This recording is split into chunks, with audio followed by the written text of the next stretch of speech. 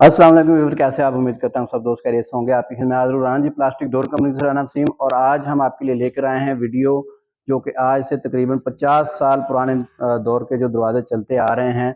मेरा कहने का मकसद ये है कि ऐश प्लाई वुड डोर्स आप स्क्रीन के ऊपर देख रहे होंगे, मेरे साथ इस वक्त मौजूद हैं दरवाजे। इन दरवाज़ों की पहले तो मैं आपको ये बता दूं कि ये एक प्लाई होती है। इसको ऐश प्लाई कहते हैं। ऐश प्लाई होती है, इसके अंदर जो है लकड़ी का फ्रेम होता है, इसके ऊपर दो प्लाइयों को ज्वाइंट करते हैं। इसके अंदर क्या होता है मैं आपको वो दिखाता हूँ। पहले ये आप देख रहे होंगे कि ये इसका एक लकड़ी का फ्रेम होता है, फोर साइड पे लकड़ी का फ्रेम, और फिर इसके पीछे एक प्लाई होती है, उसके ऊपर फिर ये दोबारा फिलिंग की जाती है लकड़ी की। ये लकड़ी कोई ख़ास लकड़ी नहीं होती, ये आम लकड़ी होती है, क्योंकि इसके ऊपर केमिकल वगैरह जो है वो लग जाता है, इसलिए इसको अच्छी लकड़ी लगाकर इसकी कॉस्ट बढ़ जाती है, इसलिए फ़ायदा कोई